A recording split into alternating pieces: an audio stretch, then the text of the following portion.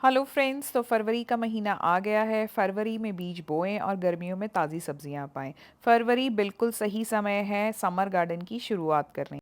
अगर आप अभी बीज बोते हैं तो अप्रैल जून में घर में उगी ताज़ी सब्जियों का मज़ा आप ले पाएंगे। थोड़ी सी मेहनत आपको फरवरी में करनी है और पूरी गर्मियां आपको ताज़ी सब्जियां मिलेंगी। और अगर आप भी एक हॉबी गार्डनर हैं जिसके पास ज़मीन नहीं है सब्जियां लगाने के लिए, आपके पास सिर्फ बालकनी है, पॉट्स हैं या ग्रो बैग हैं, तो एक बार ट्राई ज़रूर करें। बिना ट्राई किए कैसे पता चलेगा? पर अगर आपने एक बार ट्राई किया और आपको अच्छा रिजल्ट मिलेगा तो आपको खुद ही हौसला मिल जाएगा अगली बार के लिए। तो ये सारी सब्जियां जो अभी आप स्क्रीन पे देख रहे हैं, ये मैंने पिछले साल पहली बार उगाई थी अपनी बालकनी में ग्रो बैग्स और पॉट्स में। तो अगर आप भी गार्डनिंग का ये खूबसूरत सा शौक़ रखते हैं तो आज एवरीडे विद चंद्रा में मैं आपको बताऊंगी क्या है सही तरीका बीज लगाने का, कौन कौन से बीज फरवरी महीने में लगाने चाहिए और कैसे उसकी केयर करनी चाहिए। तो सबसे पहले आपको बीज ऑर्डर करने हैं, फिर सेलेक्ट करनी है वो सब्जियां जो आप अपनी बालकनी में लगाना चाहते हैं। अगर आपके पास ज़मीन है तो आप कोई सी भी सब्ज़ी लगाइए, लेकिन अगर आपके पास बालकनी है, आप ग्रो बैग्स या पॉट्स में लगा रहे हैं, तो बहुत बड़ी सब्जियां ना लगाएं। जैसे तरबूज या खरबूजा तो मैं नहीं लगाऊंगी।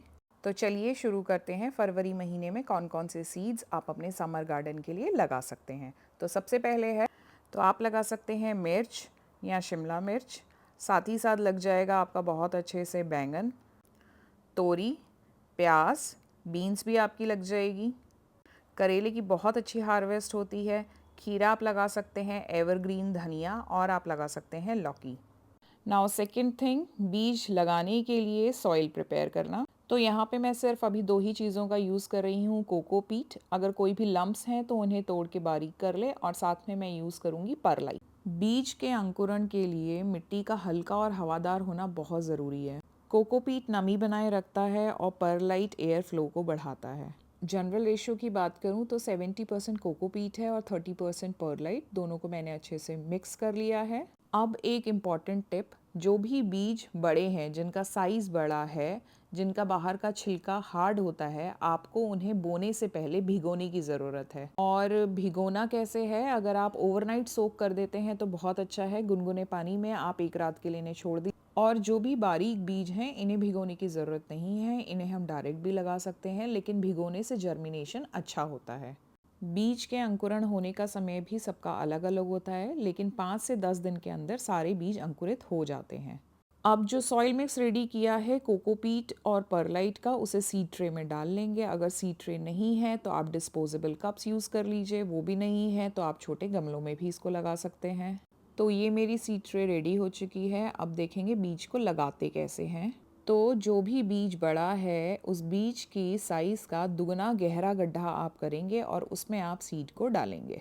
ऊपर से हल्के हाथ से सॉइल को कवर कर देंगे, और जो भी बीज छोटे हैं आप उन्हें जस्ट जो आपने सॉइल मिक्स बनाया है उसके ऊपर रख देंगे और ऊपर से हल्की सी लेयर कोकोपीट की लगा देंगे।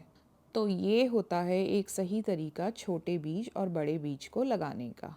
और यहाँ पे मैंने लिख लिया है कि कौन सी रो में मैंने कौन सा बीज लगाया है, ताकि अंकुरण का सही समय मैं ट्रैक कर पाऊँ।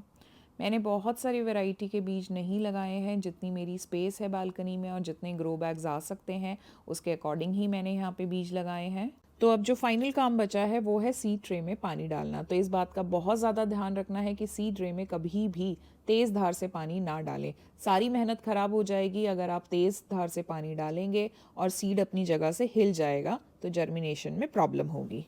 सीड जर्मिनेशन होने तक हमें सीड ट्रे को रखना है इनडायरेक्ट सनलाइट में। जब एक बार अंकुरण दिखने लगे तभी हम इसको धूप में लेकर आएंगे।